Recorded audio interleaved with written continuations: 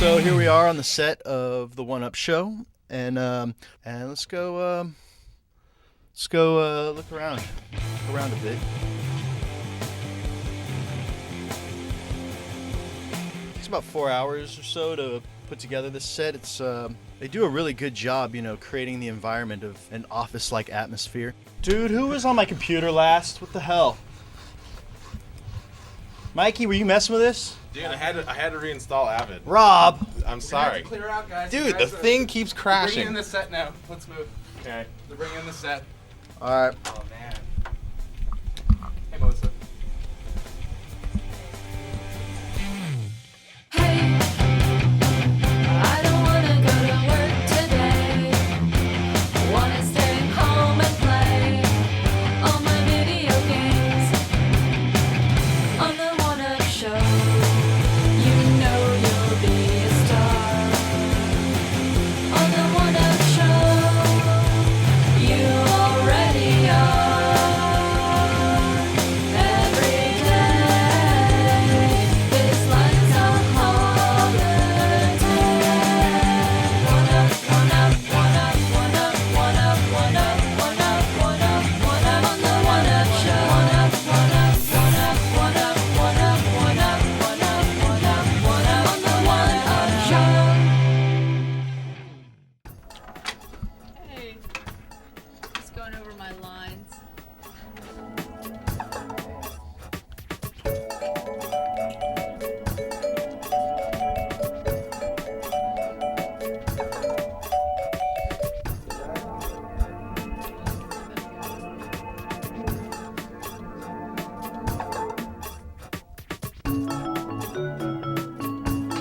The real key to getting into character is really this. This is my most important prop. See, you'll watch the transformation at work. It's like, Jade. See? See? Here I am. The Jane comes alive. Immediately raises my IQ by like 10 points at least. So let's head back up.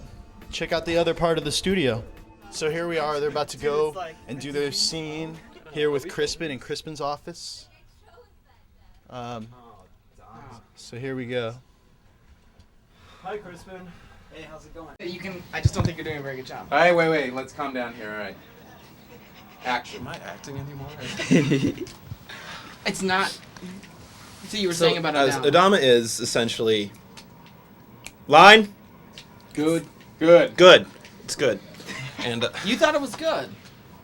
Because No, remember that's what we not the talked line. about? Line What we wasn't talked about good. earlier was that you didn't Where's the like it. script? Whenever I was gonna like it. That Where's was the script? That was the Where's thing the we AD? worked Hey, on. you guys are totally in the shot. You're gonna need to get out of the way. Oh, sorry.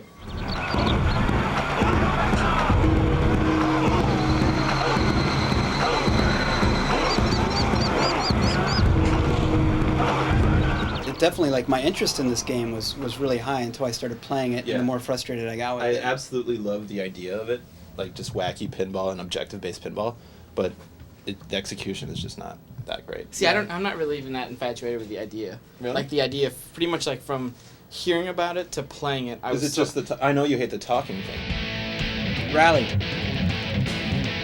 Charge. Beat shit up. Is that Well, why? the thing is like the talking thing is so still counterintuitive and is so unproductive as a mechanic to use to guide anything. And that you have these like in this game in particular, you have these very critical moments where like you need them to rally Yeah. now, and you Yeah. say rally and they don't respond because you can tell when they respond because these little bubbles will pop up all over the screen, Right. which is totally a poor mechanic too because it's like, hey, now your vision's obstructed Right. completely. Is the ball lost in bubbles? It's absurd. The ball speed off of the flipper is really hard to gauge. Oh, yeah. Like there's no, it's sort of like random between when you get like a good hit and you generate some velocity and then when it just like trickles off like a first grader at a wiffle bat.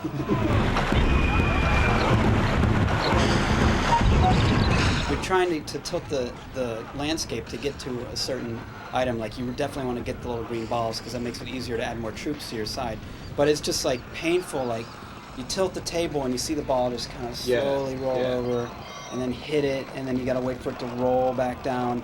It's just not a very good pinball game because it's so slow paced. It's like the Masha styles. It's like pinball is kind of out of control, and you have to do what you can to control the ball. But the real-time strategy stuff, you have to have absolute control over it to feel like you're accomplishing something, and that there's just a big clash, like a disconnect. Did you get sick of being berated by the game? Like you fail a map and the dude will ask you like, "Are you serious? You want to try again?" There are only so many times you can try. Yeah, like you're, and then finally Don't tell me to turn it off, game, 'cause I will. Finally, you click retry and it just says "ha ha," and it's like, great, I'm stuck. The problem with this game that I had with this game is that there's so much micromanaging for a pinball game. It's too much. Well, it's like when things are going well, it's pretty fun, but like there's levels with rivers, and sometimes it's pretty easy to open the dam on the rivers and wash all of your guys away like that. Yeah. That pissed me off. Yeah. That's when I was shouting things into the mic that the game didn't Did you understand. hit a brick wall at stage 4? Like that was the stage that for me that was the stage where it was just like the difficulty. It was like March. a cock block. Press Yeah, the first boss fight. It's just stupid. But I noticed you can't just beat the levels. You have to beat them with a lot of troops, or you got to start over the last level. That was the problem with stage 4. Yeah, that was that stage 4. Skip had played so poorly leading up to it that I did what I could with the resources available to me. I thought I fought valiantly. you're a bad player.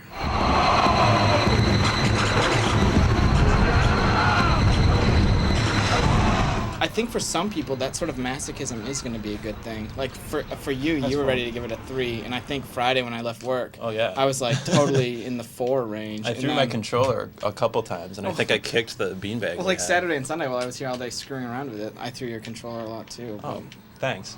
Again, like as I sit here and piss and moan, I did keep running over to your desk. You were there every 10 I did minutes. keep coming back Every to 10 play minutes. It, so I don't know that on the merit of it simply being a GameCube game would I say go buy. Yeah. Like if you're starving for a GameCube game, I guess. But like but like famished. Oh, yeah. I mean, absolutely fine. emaciated Yeah. from lack of small discs in your gaming diet. When we first got to play it at different trade shows, it seemed really cool. But the more time we spend with it, I don't know. I'll see how you feel once you get to the Spider Shrine. I think I'm done with it. Oh. Yeah, right. You'll be back at my desk after 10 Well, minutes after we turn the camera off. I want to beat this one just because I've only tried this particular stage. Let's go back to level 4. Let's not actually.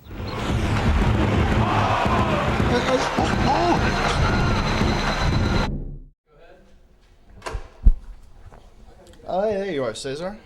Just putting on my coat. We don't like to be just here trapped on the set here on the One Up Show. We like to go off to different locations. So let's go on a little trip. Meeting. So I play during the day thinking like I can be loud, but also I gotta be with the whole world. Are we on? Are we? Yeah. Okay. We're always on. Yeah, so who are you, John? Very nice to meet you. Who am I? That's a very good question. I used to be a video game journalist, just like you guys, and just doing stuff for like FHM and EGM and a lot of One-Up associated pubs. And I kind of branched off and started doing screenwriting for cartoons for like Cartoon Network and Disney and Nickelodeon. Sounds really fun. But games have always remained close to my heart, so I always wanted to do some sort of cultural exhibit to some extent, and that's where I Maybe It kind of came from a couple years ago. So what do you think, what is it about games that lends itself to cultural exploration, do you think? Or what are you interested in? It's just like classic movies or really good rock music like Elvis or the Beatles. It's only 20 or 30 years old, like it's not that aged, but it has that significance to children of the 80s like myself or like you or like our cameraman Ryan Odama. So do you want to tell us a little bit about some of the examples that you have here? We kind of went out to artists. We're the gallery in 1988 where the exhibit was in Los Angeles. We kind of split it 50-50. Like they had their regular arsenal of artists, and I had my friends from animation and the comic book world. So we kind of did a cattle call and said, "Hey guys, you want to be in a video game inspired show? Pick your favorite games and go crazy." Okay. So Greg Simpkins, one of the gallery's most prolific artists, if you will. I've seen his stuff a lot. He got to take off on all the Pac-Man ghosts, where they had their own AI in the original games, like very slight. One was a little faster, one was a little more wily, and so he spun that off into more of an abstract world. But that's what's so cool about these pieces. It's the artist's interpretation of something so incredibly simple and bitty. Like you have Right. 10 pixels that make up one ghost. And how much personality can you Yeah. extract from pixels? Absolutely. And what about this one? I like that one. This is by Dave Crosland. He's also an LA artist, and he has a love affair with the heroes that never quite get the girl. So does I Am 8-bit, I mean obviously 8-bit, so it does go back to the 8-bit era, but I feel like I've seen some more modern. It embodies 80s as a whole. It's kind of a, we got Mario Kart, we got some references to Street Fighter 2, but it all it falls in that same area. So it's not specifically 8-bit. It's all about the mood it evokes. But it is sort of nostalgic. Yeah. Okay. And no one can argue that. Like games of the 80s were so much better than games of the early 2000s. Why? What makes them better? Design, imagination, like the limitations kind of allowed for a little crazier plots, a little weirder, character here and Yeah. there. Like now it's more about photorealism. It's more about how many hair follicles there is in one character's head, like and how detailed their eyes are. Yeah. Do you think that's sort of barking up the wrong tree, or? I love Splinter Cell. Like I don't dismiss all modern games. Like I have every system known to man in my living room. So like I play the Splinter Cells. Like I love like the new Tom Clancy stuff. Like I love photoreal stuff, but like you got to admit there's a preoccupation with technology versus creativity these days. Okay. This It's is sort of a dark Nintendo universe. This is by Joe Ledbetter, another LA artist. He's very much influenced by the Cartoon Network generation, if you will, the Dexter's Lab and Powerpuff Girls. Totally. It looks like But he brings that to the fine art world. Yeah. So, and he likes to destroy things, so Rampage is very befitting of him. Yeah, that is so true. That's by. That's like the motto of all of us. That's It was probably your motto. That was. That's kind of embodies that statement where like, I mean, you can kill something to death with just like your favorite song if you play it 300 times. You can kind of destroy it, but it's still just as classic. This one is neat. Is this oil or chalk? It's oil on board, on a nice big piece of wood. It's by Jose Amroca Flores, a surfer guy, a surfer artist down in LA. He actually does concept art for Electronic Arts on the Medal of Honor series. Oh. You never quite see his work, really, but it's pretty amazing stuff. That's one of the tragedies I think about concept art is that there's so much great art that's produced in that stage and hardly any of it ever gets out. I mean, even looking at the Psychonauts art, like if you walk through the Double Fine studios, they have amazing level design stuff, and yeah, the game is really well art directed and it shows in there. But like Scott Campbell and Nathan Stapley and those guys and Raz did amazing stuff that you'll never see. And hopefully someone will start printing out books, but we're not Japan and we can't sell that kind of stuff. Yeah, why do you think that is? Why do you think Japan can sell so much sort of peripheral, I guess you could say, peripheral goods? I've yet to figure out why we can't even sell like video game soundtracks. Like you walk into a Japanese game store and there's like an entire section of every obscure game you could ever imagine, and it's a soundtrack for it. So, I personally, I mean, you release a couple thousand copies and you make some money. It doesn't seem like that much of a harm, but I think. It doesn't seem like it'd be expensive. You've already recorded the music; it's there. But then again, we have 50 states to cover and thousands of miles and shipping. Just like the magazine industry, it's like England has much better magazines because they have much smaller terrain to cover, and they can print on nicer paper, and it can be a little heavier because it's all done by truck. But when you're flying stuff around, it gets expensive. So I don't think we'll ever have what Japan has or what England has. Yeah, this is one of my favorite ones. It's one of the early ones, I feel like. This is one of the isn't first it? pieces to come in, actually, Yeah. last year. So it kind of embodied the entire. Yeah, I remember entire seeing show. it. Sean Clarity, the artist, kind of took it into the next dimension and spun that iconic Excitebike image, but like into his own little world. And Yeah, I love I love it. It's like the standard like dirt bike shot that you always see in extreme sports, where it's like, from below the bike, and but totally. it's like. But what's amazing about it is if you look at the original Excitebike sprite of the ramp jump, it really looks nothing like it. But it's still close enough where it's an instant recognition thing. It's like you would never doubt that that's Excitebike, but if you look at the original sprite, it's still like wildly off course. But it's his interpretation. It's like it's what he saw. Yeah. I have to admit, it's been a while since I've looked at the original Yeah. Excitebike. It's in the book, and I was just looking at it. It's in the masthead. And, Maybe we'll take a look at that later. Like side by side, it's pretty crazy. Hey, we're back here, and this is where the magic's about to happen. This is the other half of what goes on the One Up Show. Over here, we got Ryan doing a little bit of editing. How's it going, Ryan? Pretty good. I'm not actually editing right now, though. What are you doing? I'm just playing a little Half-Life 2. Oh. Playing Half-Life 2. On your Mac? Yeah.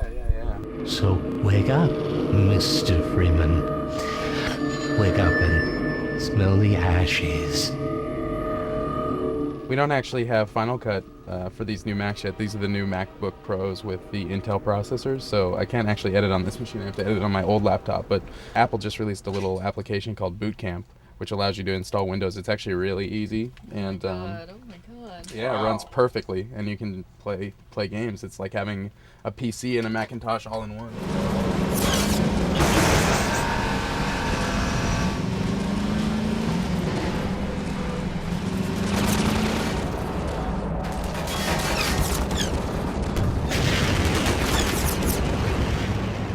So why would you ever buy a PC ever again? I that you wouldn't. can game? I won't ever buy a PC ever again. I literally won't. This is it's amazing. The first night I installed it, I was just like, I couldn't believe it. I was like, this is the beginning of a new era. Now we don't have to think about which hardware to buy anymore. Did you have to play with the settings at all to make it run like this, or is it pretty much you just like installed it and like installed the game? Half-Life 2 is super easy. All I did was install the Steam client, log into my account. All my games list was, it's stored on their server, so I just copied it over. It took about an hour to get all the files for Half-Life 2. Lamar, come out of there! Uh-oh, everything all right, Dr. Kleiner? Oh, hello, Alex. Well, almost all right. Lamar has gotten out of her crate again. If I didn't know better, I'd suspect Barney of trapping and... My goodness. Gordon Freeman. It really is you, isn't it? I found him wandering around outside. Bit of a troublemaker, isn't he? I wouldn't buy another computer right now. This is like the only computer I would buy. It's like 2 in 1. Yeah, it's like getting everything all at once, and Right. it's super, super strong. But I don't really care about Half-Life 2. What about Oblivion? Oblivion, eh? That is what I would install. Let's... Back Oblivion, when I first started playing, and actually I grabbed some direct feed footage of it, and I was playing with HDR turned on, and it wasn't running that smooth at all. It was pretty choppy, and I had to run at a really low resolution. I ended up turning off HDR and just turning normal blue on, and now I'm running it at the native resolution of the display again. It's still kind of choppy, but I know I could get it running better if I tried. I just haven't done that yet. And also, I'll sacrifice frame rate for good-looking video, and I get the benefit of all these like really cool mods. Yeah, that's what I'm excited about. Yeah, I really love the mods. I have this thing called BT mod installed, which allows me to like check out like a larger version of the map, so I can see more stuff at once. It also does the same thing. It kind of makes everything smaller. It makes the interface more like a PC game rather than a console Which actually game. works much better on a PC than on a television set where you're sitting farther away and maybe you don't want that to for be sure. so small. So beautiful. Yeah, I wish it ran a little better, of course. But to be honest, like, I could sacrifice the video quality a little bit and get some frame rate back in. But it's just nice to know that I can run any application that I want to run. I can do it all from this machine.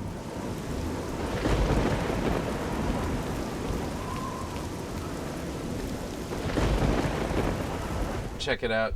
Oblivion crashed. Actually, crashed when I was closing it.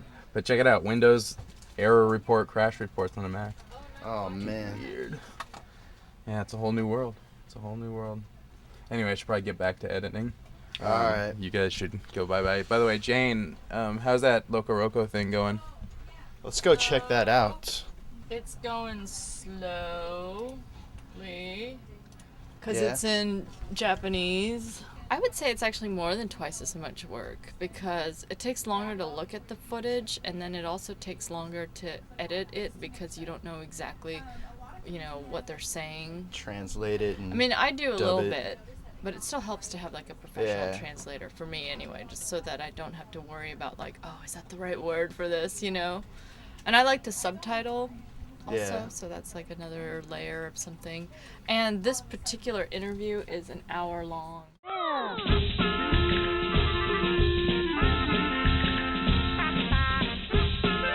The name LocoRoco came from the L and R buttons. I didn't even realize that. That's pretty cool. Can you tell us more about where they came up with the name for LocoRoco? いや、L と R から来たっていうのは後付けで、なんだろう、ゲームの雰囲気に合ったなんかゆったりした感じの名前が付けたくて、でずっとハワイ語とかの辞書を買って調べてたんですよ。なんかいいタイトルないかな。でずっと悩んでたんだけど結局いいの出なくて、同期のやつから「ロコロコ」って思いついたんだけどどうっていうなんとなくハワイ語っぽいし、じゃあそれにしようと。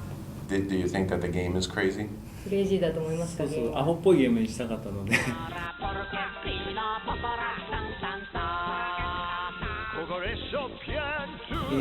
ね、LR を使った理由はもともとは、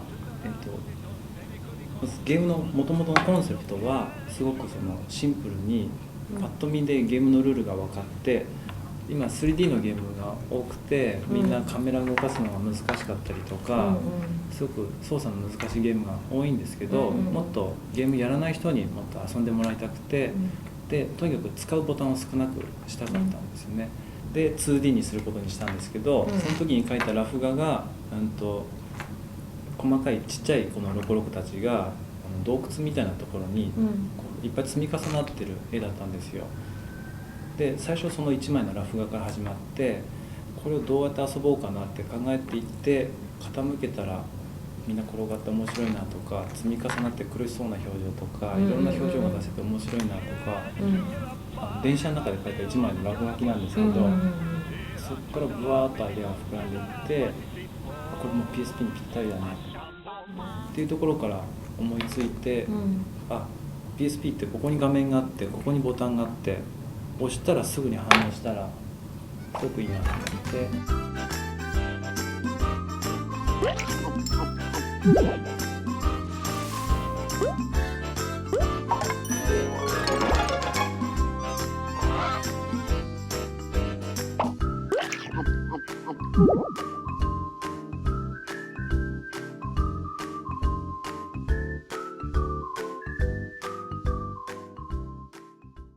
今回この AI をいっぱい入れてるんですけど、キャラクターの AI をそれはもともと大学の時にそういうゲームを作りたいなと思って、そういう、卒論っていうんですか、大学卒業する時にそういうテーマを研究して、研究ってほどもやってないんですけど、そういうなんかサンプルのプログラムを作ったんですよ。でビジュアルベーシックで作ったんですよ。でその時に元になるもう丸書いてちょんちょんって口あるぐらいのキャラクターがいっぱい動き回ってなんか喋ったりとか、ほっといたら寝ちゃったりとか、あとお腹が空いたらフルーツまで行って食べたりとか、もう本当にこれに近いですね。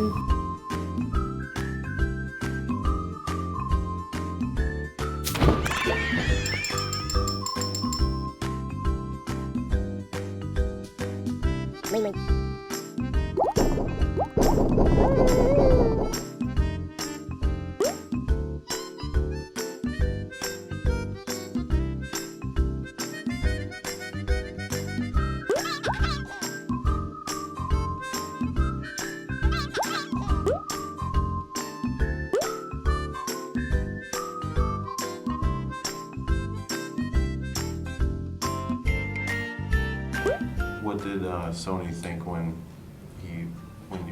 you introduced the concept to them?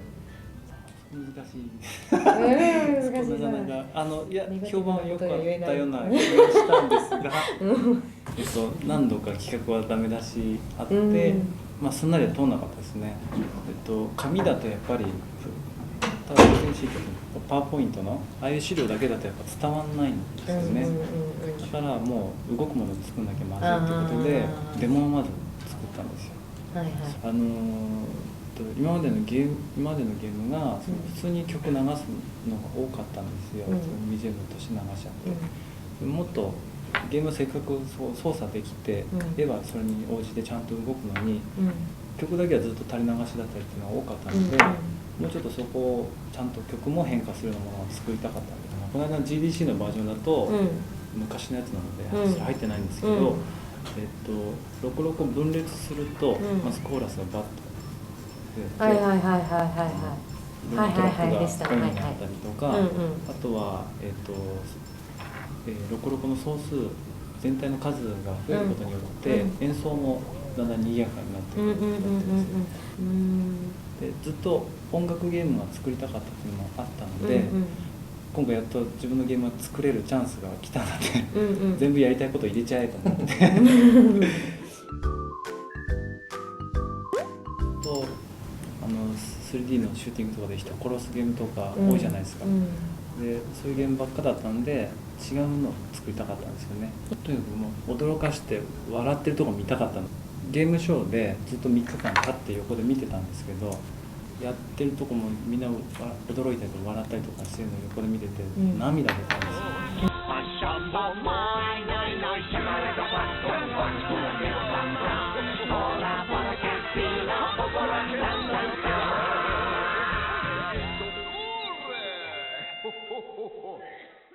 We're good. Yeah, is my mic okay? Mic's Volumes? on. All right, just making sure. Okay. Hey yo, check it. Yeah, that's right. We got it here. We just wrapped up the making of the One Up show, and you know how we do it. We did it all hyphy. What up? Yeah. And that's it. So that's a wrap. We'll see you next time on the One Up show. Peace. Yeah. All right, it's a wrap. Good. That's a wrap for the real One Up show, too, guys. Lights. That's all right. Let's shut this down. All right, I'll come help you. Hold on, let me put that in the camera real quick. Thank you. I need some stairs picked up. Next roll's in 15 minutes, people. 15 minutes. Hey Melissa. Jane. So, if you're gonna play me, I have a couple of notes for you that will make it better. Odama is actually a GameCube game, not a GBA game, like you said. I don't want you to make me look too bad up there on the camera. Oh, and another thing. Maybe you should think about losing some weight. What a bitch. I saw that, Mikey.